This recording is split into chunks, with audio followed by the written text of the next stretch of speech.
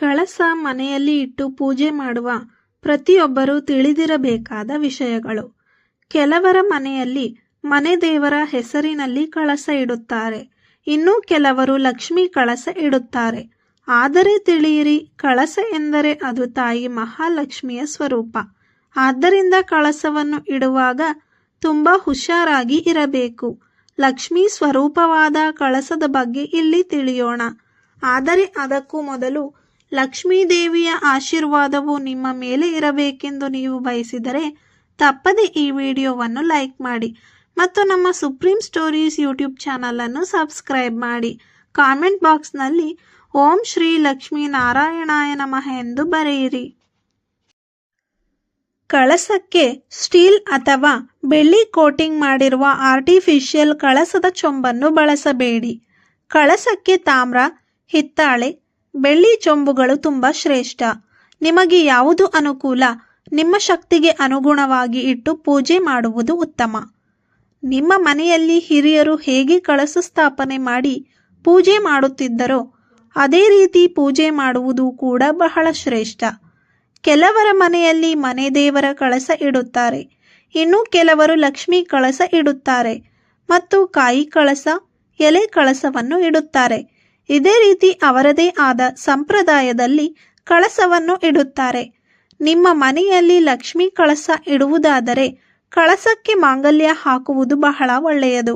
ಇಲ್ಲದಿದ್ದರೆ ಅರಿಶಿಣದ ಕೊಂಬನ್ನಾದರೂ ಕಟ್ಟಬೇಕು, ನೆನಪಿಡಿ. ಕಳಸವನ್ನು ಯಾವುದೇ ಕಾರಣಕ್ಕೂ ಬರೀ ನೆಲದ ಮೇಲೆ ಇಡಬೇಡಿ. ಒಂದು ತಟ್ಟೆಗೆ 3 ಅಥವಾ 5 ಇಡಿ ಅಕ್ಕಿ ಹಾಕಿ ಅದಕ್ಕೆ ಅರಿಶಿಣ ಕುಂಕುಮ ಹಾಕಿ ಉಂಗುರದ ಬೆರಳಿನಿಂದ ಅಷ್ಟದಳದ ಕಮಲವನ್ನು ಬಿಡಿಸಿ ಅದರ ಮೇಲೆ ಕಳಸ ಸ್ಥಾಪನೆ ಮಾಡುವುದು ಬಹಳ ಶ್ರೇಷ್ಠ. ಕಳಸಕ್ಕೆ ಇಡುವ ತೆಂಗಿನಕಾಯಿಯನ್ನು ಆರಿಸುವಾಗ ತೆಂಗಿನಕಾಯಿಗೆ ಜುಟ್ಟು ಇರಬೇಕು. ಕಣ್ಣು ಕಾಣಿಸದ ತೆಂಗಿನಕಾಯಿ ಇರಬೇಕು. ಇದು ಬಹಳ ಮುಖ್ಯ. ಕಳಸಕ್ಕೆ ವೀಳ್ಯದೆಲೆ ಅಥವಾ ಮಾವಿನ ಎಲೆ ಯಾವುದಾದರೂ ಇಡಬಹುದು. ಆದರೆ ಎಲೆಯು ಹರಿದಿರಬಾರದು, ತೂತಾಗಿ ಇರಬಾರದು. ಎಲೆಗಳು ಒಂದೇ ಅಳತೆಯಲ್ಲಿ ಇರಬೇಕು. ಕಳಸಕ್ಕೆ ಹಾಕುವ ನೀರು ತೆಂಗಿನಕಾಯಿಗೆ ತಾಕುವಂತೆ ಇರಲಿ.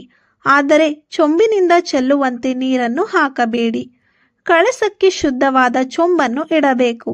ಅದಕ್ಕೆ ಅರಿಶಿಣ ಕುಂಕುಮ ಗಂಧ ಹಚ್ಚಿ ಶುದ್ಧವಾದ ನೀರು ಹಾಕಿ ನಂತರ ನೀರಿಗೆ 1 ಚಿಟಿಕೆ ಅರಿಶಿಣ ಕುಂಕುಮ ಹಾಕಿ ಹೂವು ಇಟ್ಟು ನಾಣ್ಯ ಹಾಕಿ ಯಾವುದಾದರೂ ಸರಿ, ಹಿತ್ತಾಳೆ, ಬೆಳ್ಳಿ ಅಥವಾ ಮಾಮೂಲಿ ನಾಣ್ಯಗಳನ್ನಾದರೂ ಮರೆಯದೆ ಹಾಕಿ. ಇನ್ನು ಕೆಲವರು ಕವಡೆ, ಗೋಮತಿ ಚಕ್ರ, ಕಮಲದ ಬೀಜ ಇತ್ಯಾದಿಯನ್ನು ಹಾಕುತ್ತಾರೆ. ಆದರೆ ಇದು ಹಬ್ಬ ಹರಿದಿನಗಳಲ್ಲಿ ಹಾಕಿದರೆ ಸಾಕು. ಕಳಸ ಪ್ರತಿಷ್ಠಾಪನೆ ಮಾಡಿದ ಮೇಲೆ ಪದೇ ಪದೇ ಮುಟ್ಟುವುದು, ಹೂವು ಸರಿಪಡಿಸುವುದು ಮಾಡಲೇಬೇಡಿ. ಯಾವುದೇ ಕಾರಣಕ್ಕೂ ಮಂಗಳವಾರ, ಶುಕ್ರವಾರ, ಅಮಾವಾಸ್ಯೆ, ಹುಣ್ಣಿಮೆ ಮತ್ತು ಏಕಾದಶಿ ಇಂತಹ ಪವಿತ್ರ ಹಬ್ಬದ ದಿನಗಳಲ್ಲಿ ಕಳಸವನ್ನು ಕದಲಿಸಬೇಡಿ. 1 ದಿನ ಮುಂಚಿತವಾಗಿ ತೆಗೆದು ಸ್ವಚ್ಛ ಮಾಡಿ. ಈ ದಿನಗಳಲ್ಲಿ ಕಳಸ ಸ್ಥಾಪನೆ ಮಾಡಿದರೆ ಮನೆಗೆ ಬಹಳ ಒಳ್ಳೆಯದು. ಕಳಸ ಕದಲಿಸುವಾಗ 3 ಸಲ ಬಲಕ್ಕೆ ಸರಿಸಿ ನಂತರ ತೆಗೆಯಿರಿ. ಕಳಸವನ್ನು ಕದಲಿಸಿದ ಮೇಲೆ ನೀರನ್ನು ತೆಂಗಿನ ಮರ ಅಥವಾ ತುಳಸಿ ಗಿಡಕ್ಕೆ ಹಾಕಿ. ನೀರನ್ನು ಯಾರೂ ಕೂಡ ತುಳಿಯಬಾರದು. ಈ ಎಲ್ಲ ನಿಯಮಗಳನ್ನು ಪಾಲಿಸಿ ಮನೆಯಲ್ಲಿ ಕಳಸವನ್ನು ಇಟ್ಟರೆ ತಾಯಿ ಮಹಾಲಕ್ಷ್ಮಿ ಸದಾ ಮನೆಯಲ್ಲಿ ಇದ್ದು ಸಂಪತ್ತು, ಸಮೃದ್ಧಿ, ಐಶ್ವರ್ಯ ಮತ್ತು ಆರೋಗ್ಯ ಭಾಗ್ಯ ಕೊಟ್ಟು ಕರುಣಿಸುತ್ತಾಳೆ. ನಿಮಗೆ ಅಷ್ಟ ಐಶ್ವರ್ಯ ಲಭಿಸುತ್ತದೆ. ಸ್ನೇಹಿತರೆ, ಈ ಮಾಹಿತಿ ಇಷ್ಟವಾಗಿದ್ದಲ್ಲಿ ಲೈಕ್ ಮಾಡಿ, ಶೇರ್ ಮಾಡಿ.